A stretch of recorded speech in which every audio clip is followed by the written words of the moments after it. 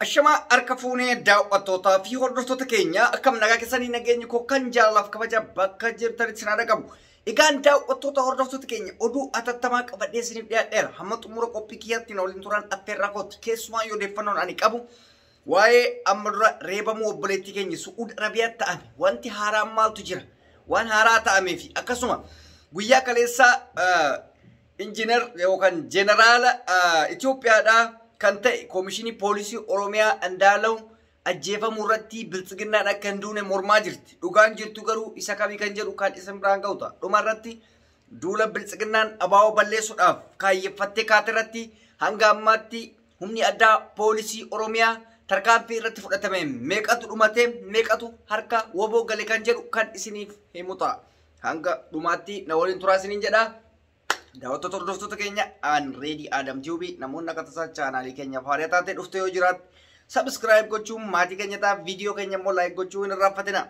Egaan daawwattoota hordoftoota keenya akkuma beekamutti guyyoota sadi dura viidiyoon obboleettii keenya tokko miidiyaa sooshaal miidiyaa kanarratti akka malee facaafamaa ture. Bifa gara nyaatatiif facaafamaa ture. Haa ta'uti nutillee wanta kana jala buunee qorachaa turre. Hanga qoranne keessatti guyyaa kaleessaa gabaasa isinii goonetti suuraa mucaa waan san godhe jedhamee qabannee isiniif dhufnee turre. Haa ta'uti dubbiin akkasitti ammas bifa haaraa nuti dhufte. Wanti bifa haaraa godhee nuti fide maalinni suurichi nuti guyyaa kaleessaa fayyadamnee isin argisiisuuf yaallee yookaan nuuf ergame suni suuraa guyyaa dheengaddaa obboleettii keenya tume san osoo hin ta'in kan amma dura waggoota hedduu dura akkasuma bifuma wal fakkaataan taasisedha. Inni illee namuma akka gurbaa obboleettii keenya tume sanidha. Nama gara jabeessa obboleettii teenya amma dura viidiyoo qullaa waraabetti jedhanii waluma fakkaattuudha garuu kan dheengaddaa sanii miti jechuu isinii barbaada. Ammas garuu gurbaa dheengaddaatis jala buunee sirriitti ijoollee Su'uudittiin barbaachisaa jirra. Mucaan akka odeeffannoo hangammaa argannetti bakki inni jiraatu naannawa baadiyyaa badoo jedhamee yaamamu kanatti akka argamutti dubbatama. Isa argachuuf iddoo sanitti baay'ee ulfaataa haa ta'uti bifa poolisaatiin wantoota adda addaatiin akka qabamuuf yaaliin taasifamaa jira. Yoo kan qabamu yookaan waan irra geenye isin biraan geenya mucattillee qaamaan qunnamuu hin dandeenye wanta kana baasuun dirqama wanti ta'eef maaliif ijoolleen keenya bifa deddeebi'aatiin wantoonni akkasii akka irratti raawwatamne keessayyuu Su'uud Arabiyaatti yeroo hedduu wanta akkasii waan ta'amuuf wanta san sirriitti akka deebi'amee wanti gochi sun hin taasifamneef jalqaba kan ta'ame sun waan wayiitirra gahuu qaba. Tarkaanfiin wayii fudhatameetiin fakkeenya nama biraa ta'uu qaba. Yoo kan yeroo hunda cal'ifnee darbinu taate ijoolleen keenya karan taanetti yaamamanii gowwoomfamanii reebamanii hanga sadarkaa lubbuu ofii dhabuutitti gahuu malaa jechuudha. Fakkeenyaaf mucattiin sun hin jirti hin duuteesi namni beeku hin jiru. Gurbaan kan qabatee dhaabataa ture akkuma isin argitan ibidda halbee harkaa qabata. Waan inni godhe beekuudhaaf dirqama Oromoon jala bu'ee rakkoon bar kan biyyaa qofaa miti kan mootummaa wajjin waliin dhaban qofaa miti. Rakkoon hawaasummaas mana keessas yoo kan jiru taate dirqama qottee qoffortee baasuu qabda. Rakkoon akkasii deddeebi'ee akka nu muudanneef jechuudha. Namoonni tokko tokko kunuumaaf ajandaa ta'a kan jedhee dubbatu jira. Ajandaa ta'uun dirqama. Maaliif? Yoo har'a kana calliftee darbite borgowwaan biraa sunuu akkas godhe jedhee dubartii as faraarraa dubartii sodaachisuuf miira hin taane keessa galeetiin miidhaa akkasii biraan gahuu danda'a jechuudha. Keessayyuu waa'ee shamarran irratti callisuun abadan hin danda'u. Maaliif shamarran obboleettii kooti obboleessa keeti har'a callisi kanaan jettu yoo akka tasaa obboleettii ta'e borqunname maal gochuuf deemta? Tarkaanfii ati fudhachuu qabdu maali? Callisuun furmaatan ta'a? Hin ta'u. Callifamuu hin qabu. Viidiyoon isii mul'achuun hin oolle, reebamuun isii hin oolle, tumamuun isii hin oolle, miidhamuun isii hin oolle waan ta'eef miidhama isii reebama isii san baasuu qabdi. Isiinis yoo gama miidiyaa kanatti kan jiraatu taate iccitii jiru bakka inni jiru rakkinni jiru hunda fiddeetiniin hawaasaaf ifa goote sana booda rakkoon sun akka ijoollee biraa muudanneef gorsa akka ta'amuuf fakkeenya ta'uu qabdi jechuudha. Kun haqa jiru haala moon hin barbaachisu. Kanaaf bakka jirtanitti wanta akkasii balaaleffachuuf yaala rakkoo akkasii mudateef tarkaanfii fudhachuuf yaala kun dhaamsa Oromoo keessattuu deddeebiidhaan biyya Su'uud Arabiyaatti mudata.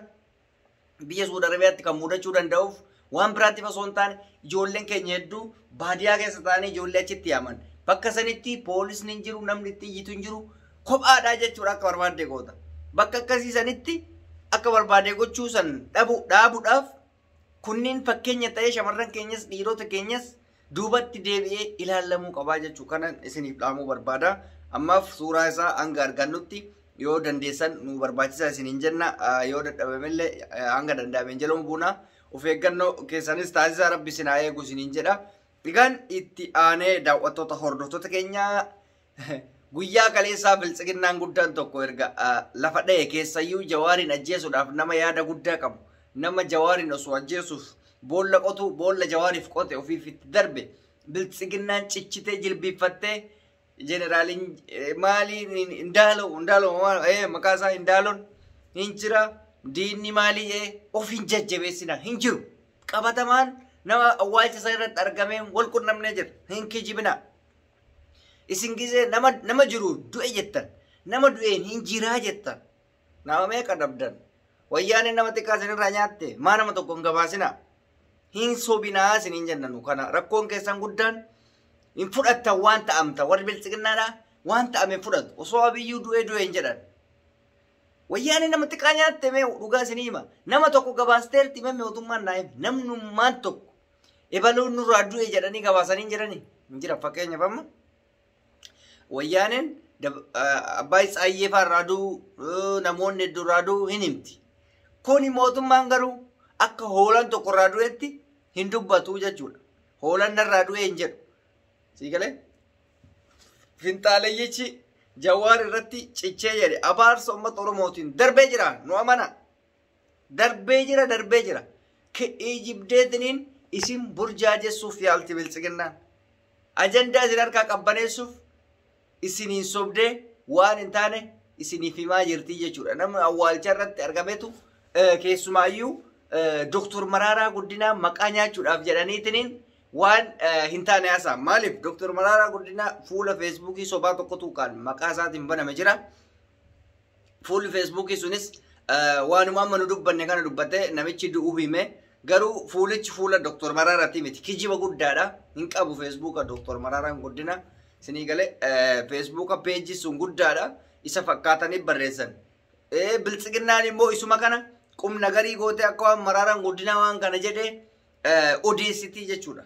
Sababa inni Ameerikaa deemee hawaasa Oromoo biyya alaa ijaaraa jiruuf gurmeessaa jiruuf sinigale kanuma isiniif hima dhuma irratti daawwattoota hordoftoota keenya woboon tarkaanfii isaa jajjabaa fudhatee jira. Keessumaayyuu duula biltsiginnaan torbee kana keessa woboo balleessuudhaaf humna addaa fayyadamtee gama lixaa fi naannolee adda addaatti deemaa jirtuun hanga ammaatti tarkaanfii gurguddaa fudhatameen ijoolleen humna addaa hedduun biyyootti dabalamanii hedduun isaanii immoo booji'amanii harka kennatanii jiru jechuudha. Mootummaan woboo balleessuudhaaf wanti inni hin godhin hin jiru garuu woboon danda'amaa hin jiru humni isaa jabaatee jira.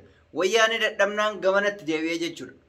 Humni kiyya gara kanaan yoo laafe gara kanaan haa cimuusa jedhu karoorfatee ka'e natti fakkaata.